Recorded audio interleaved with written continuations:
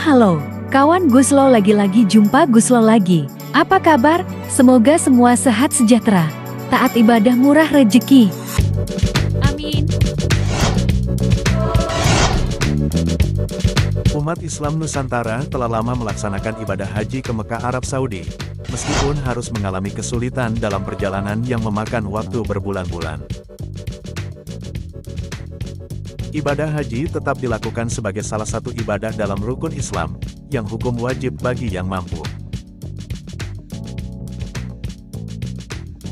Menurut Ketua Pimpinan Pusat Muhammadiyah, Profesor Kiai Haji Dadang Kahmat MA, ibadah haji telah tercatat pada tahun 1562.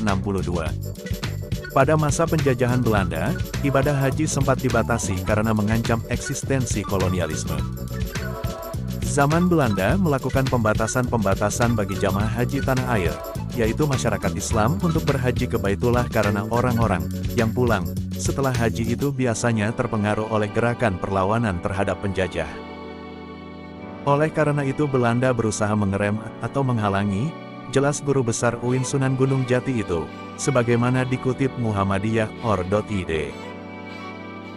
Sementara itu dikutip oleh Detikcom, sejarawan Asep Kambali mengungkapkan bahwa pada masa kolonial Belanda pelaksanaan haji mulai dikoordinir dalam Stadsblad pada tahun 1903. Di tahun 1911 diterapkan karantina untuk jamaah haji selama 3 bulan sebelum berangkat, dan 3 bulan lagi setelah kedatangannya. Lokasi karantina terpencar di beberapa tempat diantaranya di Pulau Onras, Cipir, Kelor, dan Bidadari. Perjalanan yang dilakukan dengan kapal uap itu membutuhkan waktu 40 hari, sehingga totalnya 80 hari untuk pulang dan pergi haji.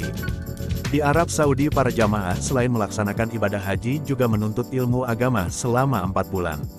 Sehingga kalau ditotal untuk berhaji jamaah membutuhkan waktu selama sekitar 11 bulan.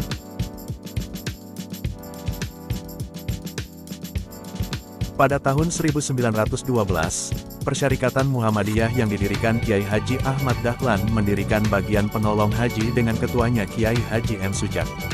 Hal yang melatar belakangi Muhammadiyah untuk mendirikan bagian penolong haji ini, ialah karena pada waktu itu banyak ketidaksesuaian antara pelaksanaan manasik haji dengan as-sunnah.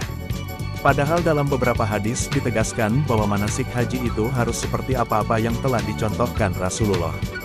Sebab pelaksanaan haji merupakan ibadah mahdoh yang bersifat ta'abudi.